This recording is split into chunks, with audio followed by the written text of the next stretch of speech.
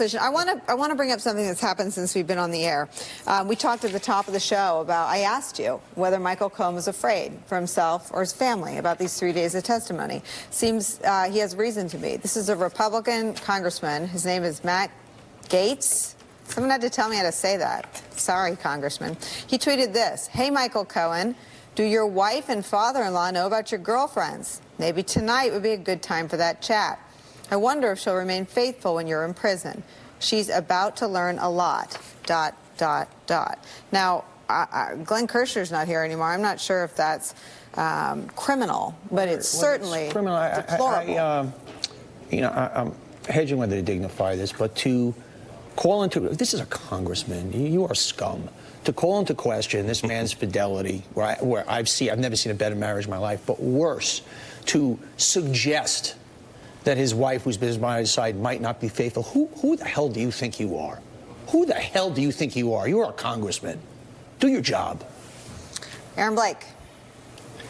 I think this raises a real question about was this just the congressman freelancing, or was this something that maybe somebody whispered in his ear and said that he needed to put out there? Certainly we have seen the president, of course, tweet out things that at least operate within a gray area of obstruction of justice when it comes to Michael Cohen's family before. Matt Gaetz is somebody who is clearly very ambitious and has been willing to very much toe the Republican Party and the Trump line on a lot of these things.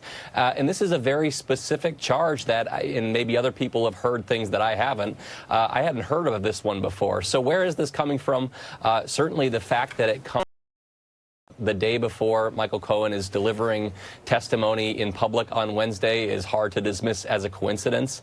And you know, this is really pretty evident what he's trying to do, and that is to rattle Michael Cohen. I don't know if Donnie can speak to this, but I would hope that the people around Cohen are keeping him off of social media and keeping him away from the news over the last couple days here, because this is something that could certainly shake somebody. By the way, it'll backfire on him, because if he's loaded for bear, because this, look, I know the way he was affected by the father-in-law thing, and you know, you're really calling his wife names. I mean, like, if you really break it down to this, and as I said, this congressman should be ashamed. Well, let me. I don't have any evidence, the kind of which Aaron Blake is saying that a good journalist is going to need before they tie any link between the president and what was just tweeted, this threat. But I do have evidence, as reported in the New York Times last week on their obstruction of justice piece. This is about the role that this same congressman played in attacking Mueller. From that reporting, quote, "The president cheered on the lawmakers on Twitter in interviews and in private, urging Mr. Gaetz on Air Force One in December 2017 and in subsequent phone calls to keep up the House Republicans' oversight work. He was hoping for fair treatment from Mr. Mueller," Mr. Trump told Mr. Gaetz in one of the calls just after the congressman appeared on Fox News. But that did not preclude him from encouraging his allies' scrutiny of the investigation. So he has played Trump's stooge before in earlier episodes, too. Yeah, right, and obviously continues to do that. It's fascinating that he would sort of go out with this by himself the day before the hearing. I don't know what he's auditioning for. I mean, what is he? Maybe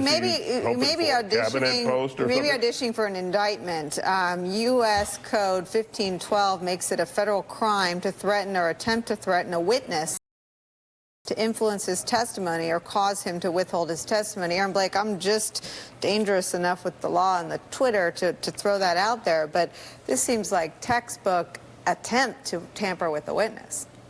I would think at the very least Matt Gaetz may have earned himself an interview with some investigators on this.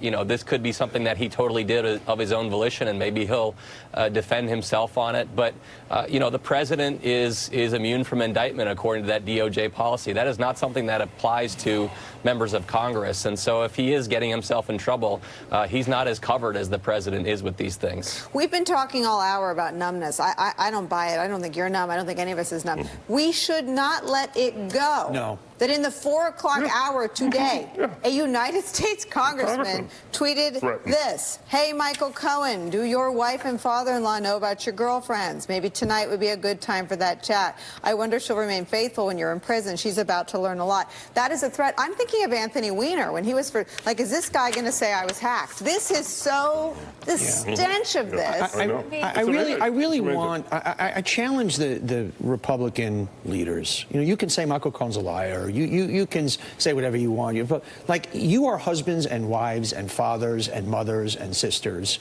This is not our country. This is not our country. You got to stand up. But this is the Republican Party at large under Donald Trump. I mean, he is setting a standard from the very top. We got to take the rage up. We can't just say this is we can say that at this table. We can't. We are not in Congress. Those are the people who are following him and doing what he does, and he's setting an example every day. And this is the moment we are in, whether we like it or not. That's not to say I don't want it to change, but this is totally reflective of everything we've seen. And Alexi's doing her part by putting out the schedules that show that he does nothing. Did you get any feedback from any Republicans who were troubled by the fact that he does nothing? Because all I heard on and off the record was, phew.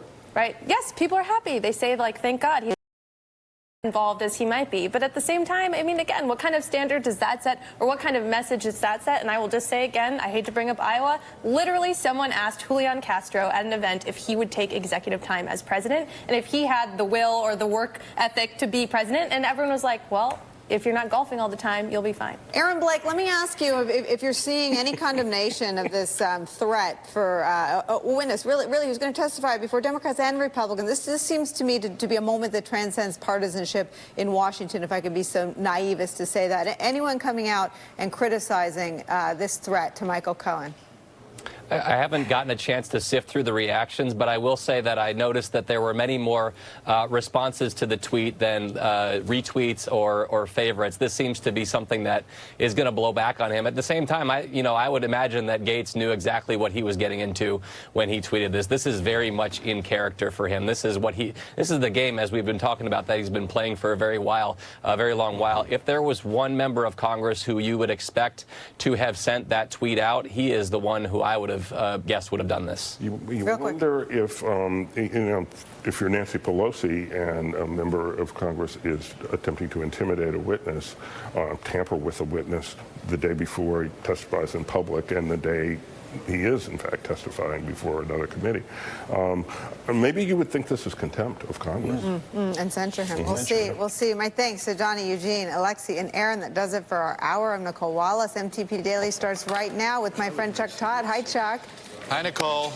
I cannot believe that tweet. It's what you're ending with is what we're starting with. It's unbelievable. Unbelievable times. It is. Thank you much. If it's Tuesday, President Trump is about to get a 1-2 punch from Capitol Hill.